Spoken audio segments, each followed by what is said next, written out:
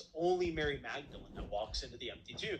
So even with just the fact that the people discovering that the tomb is empty, there's major contradictions within these statements, and these people are all supposed to be with each other, seeing the same thing. So why is it that they're inherently different from each other? Also, one other thing. I'm going to give you a pro tip, okay? There's an audiobook. It's on a channel on Twitter named Need More Amalek. Okay, he has a full audiobook of a book called Nailed. It's about 4.5 hours. This gives you the deep dive, from biblical scholars to disprove the entire gospel. And so when it's a little dry in the beginning, but when you're about halfway through, you're like, oh shit, this is fake. Like this whole Christianity thing, I've been sold an empty sack. So I listened to that audiobook. Unfortunately, I can't throw things up in the space. You wouldn't mind throwing that up in the nest, would you? For this gentleman. How is it written? Need more. Nailed. Yep. Yeah. So is there, by the way, Inspiring Philosophy is a faggot. Yeah, he is, So, yeah, but just say, but to his credit, his multicultural globalism is in Christianity. That is Christian doctrine. So, and besides, somebody like Inspiring Philosophy, just have them talk. If the person you're debating is like that, all you need to do is get them to just say Christianity's liberal faggotry, and you've essentially won. Let them talk. Who cares? no, like I totally agree. He's a faggot. It's just like he's just really smart. At least he comes across that way. He's like trained in philosophy and stuff. He comes across that way on video, but and to people who are Christian, right? In a live debate, because we've tagged this motherfucker in this space, like I don't know how many times. A lot. A lot, and the guy's too pussy to come on. So I mean, like, some people may act intelligent, but at the same time, the guy's not pro-white, so we don't want him anyway. And he proudly worships a communist Jew. So I mean, like, there's really no debate, right? Mainly what we're trying to do. He's more than welcome. Yeah, mainly what we're trying to do is we're trying to get pro-white people to get off Jew worship, and that's going to solidify the right. So you're making small goals, I commies guess. Are going to be commies if they're not even race aware. Trying to get them aware of like the CQ is going to be immensely difficult. Yeah. So like we just have to cut our losses? Well, I wouldn't say that, but it's going to require a lot more effort, I would say. But all in all, just in general, Inspiring Philosophy makes he makes a living. He makes a shit ton of money off of showing Jesus. Yeah. And so basically what you're trying to tell him is, you and your family need to find a job. Right? Good point. Because your career is over. Yep. Right? If you accept what I'm saying, your career is over. Right? And so there are some people who will never change their opinion just because of the money. I'm not interested in reaching out to those people. Those people have a bias. They continue doing what they're doing. And people like him, right? They like to refer to these, the Tacitus and the Josephus stuff a lot, right? But the irony is neither of those guys wrote about the resurrection. So, they can use those, but then you can turn around and use them against them. So I will say, how late are those, though? Aren't those like 30, 40 years? So Josephus was in 92, and Tacitus, the actual so Tacitus would have been around at this time. Is it Tacitus a little bit after. Tacitus? I've heard it Tacitus. I'm sorry, Tacitus. Yeah, Tacitus, but Tacitus. Well, actually, like Latin, it would be pronounced like differently, but we don't speak Latin, right? Yeah, It's actually it would be tacitus if it was like classical Latin. Gotcha. Yeah, it's very hard instead of like very Latinized like we have today, or romanced basically. Look, I'm not gonna jerk off no Roman. He's Tacitus to me. But That's my inner German coming out. Okay. No, for sure, yeah, absolutely. No, I kid. I love my Roman brethren. They're good people. Tacitus, 50. He was born like 50 something and lived to 120. So again, this around the same time as Josephus. But that's the problem. A lot of the writings we get from Tacitus are like from the 250. They're reprints from the 250s. So they're not even like his original writing. But even still, like let's just say that everything Tacitus said is genuine. What he's reporting on is what these people believe. Yes. And so what? There's people around that time who believed in a rabbi in the sky.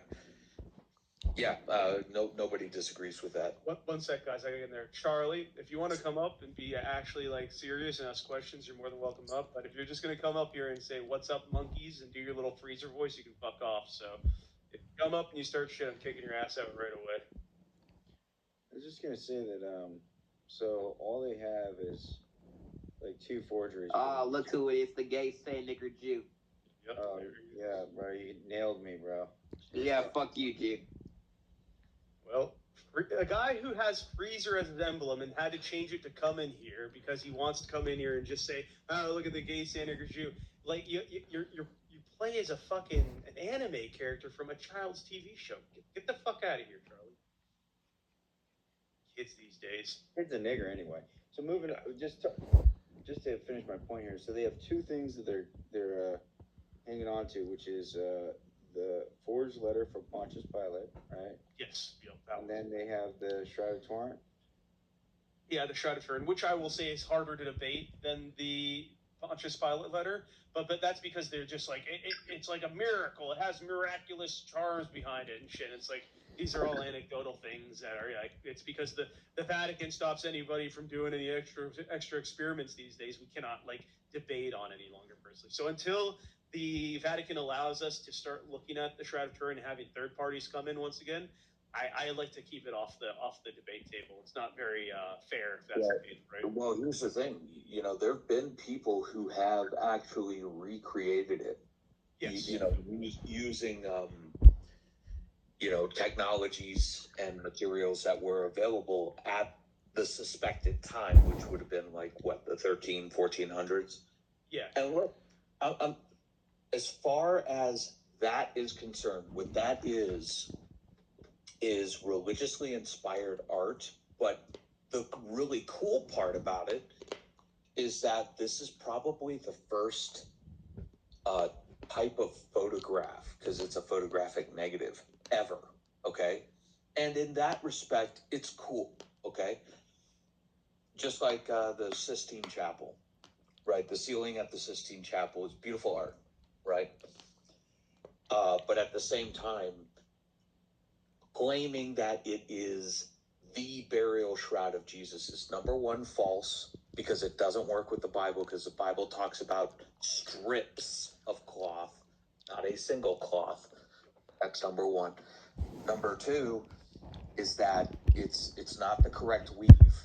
The weave pattern that was used in the Shroud of Turin was not available at that world, in that part of the world at that time. Okay. And then lastly